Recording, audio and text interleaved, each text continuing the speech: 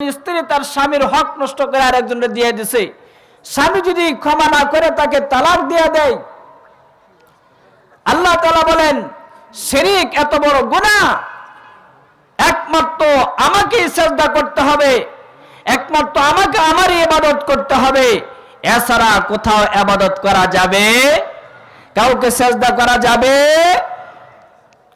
তুমি আমাকে রেখে অন্যকে তুমি সিজদা দিলা, আমাকে রেখে অন্যকে তুমি ইবাদত করলা, এই আমার অধিকারের ভিতরে তুমি হস্তক্ষেপ করেছ, সুতরাং এটা ক্ষমাযোগ্য। এজন্য শিরক থেকে নিজের ঈমানকে পবিত্রতা করতে হবে। বিশ্বনবী সাল্লাল্লাহু আলাইহি সাল্লাম বলছেন, হুব্বিবা ইলাইহি মিনাদ দুনিয়া কুন সালাস, এই পৃথিবীর ভিতরে তিনটি পছন্দের জিনিস আছে রাসূলের, তার মধ্যে এক নম্বর হলো আত-তাহারাত আন-নাযাফাত। ও ভাই, ঈমানের পবিত্রতা লাগবে। ওই ঈমানের পবিত্র করতে হইলে একজন আলেমের কাছে যাইতে হবে। আলেম ছাড়া নিজের ঈমানের খবর কখনো নেওয়া যাবে না, ঠিক না বেটি? ঈমানের পবিত্রতার সাথে তার আমলের পবিত্রতাও থাকতে হবে, কারণ শুধু ঈমান দিয়ে জান্নাতে যাওয়া যাবে, শুধু ঈমান দিয়ে জান্নাত পর্যন্ত যাওয়া যাবে না, আমল ছাড়া কোন ব্যক্তি জান্নাতে শুধু ঈমান দিয়ে যাইতে পারবে না। যদি খাঁটি ঈমান থেকে থাকে তাহলে হয়তো কোনো একদিন জাহান্নাম থেকে বুক করে সে জান্নাতে যাবে, কিন্তু তার জাহান্নামে যেতে হবে আমল না করলে, ঠিক না বেটি? অনেকে বলে নামাজ পড়লে কি জান্নাতে যাওয়া যায়? আমি বলে হ্যাঁ, অবশ্যই। রাসূল বলছেন, হ্যাঁ মুআয ইবনে জাবাল, নামাজ পড়বা আল্লাহর জান্নাতে চলে যাবা। চিল্লা এখন সুবহানাল্লাহ।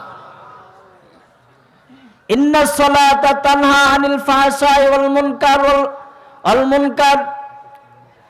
আল্লাহ তাআলা বলছেন নিশ্চয় নামাজ মানুষকে ফাহশা এবং অপছন্দের কাজ থেকে বিরত রাখে।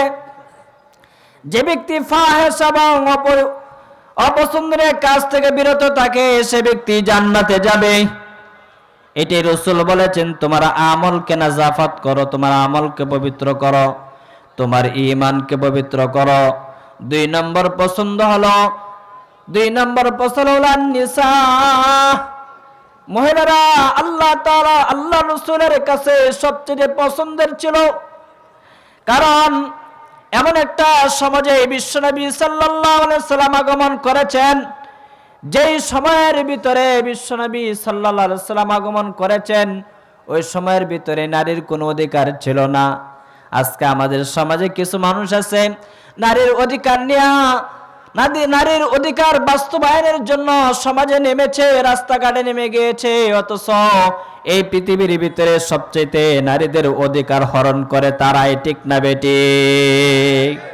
তারাই সবচেয়ে বেশি নারীদের অধিকার হরণ করে, তারাই সবচেয়ে নারীদের শ্লীলতা ঘটায়, নারীর দর্শন তারাই তো সবচেয়ে বেশি করে, যারা এই সমাজের ভিতরে নারীর অধিকার বলে চিল্লায়, ঠিক না বেটি?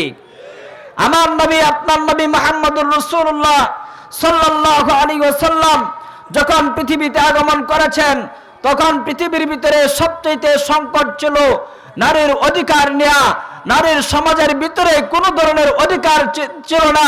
তখন রাসূল এসে বলছেন, আমার কাছে সবচেয়ে পছন্দ হলো নারী, আজকে থেকে নারীর কেউ অধিকার নিয়ে সিনেমিনি খেলতে পারবে। রাসূল ঘোষণা করেছেন, নারীর অধিকার দিয়েছেন মুহাম্মদুর রাসূলুল্লাহ সাল্লাল্লাহু আলাইহি ওয়াসাল্লাম, নারীর অধিকার দিয়েছেন স্বয়ং আল্লাহ তাআলা, ঠিক না বেটি? বিশ্বনবী সাল্লাল্লাহু আলাইহি ওয়াসাল্লাম বলেন,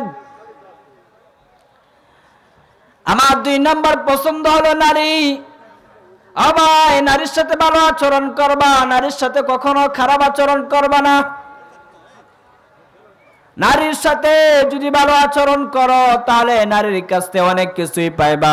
নারীর সাথে যদি ভালো আচরণ না হয় তাহলে নারীর কাছ থেকে কোনো কিছু পাইবা না। এই নারীটা তোমার মা, না হয়তো তোমার বোন, না হয়তো তোমার ফুফু, না হয়তো তোমার মেয়ে, না হয়তো তোমার স্ত্রী। একজন মহিলা হয়তো কারো বাবা হয়, না হয়তো কারো স্ত্রী হয়, না হয়তো কারো বোন হয়, না হয়তো কারো ফুফু হয়। আল্লাহর রাসূল বলেন নারীর সাথে কখনো খারাপ আচরণ করবে না। তার মধ্যে 1 নম্বর নারী হলো তোমার মা।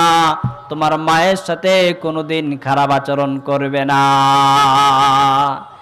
কারণ এই মা তোমাকে লালন পালন করেছে।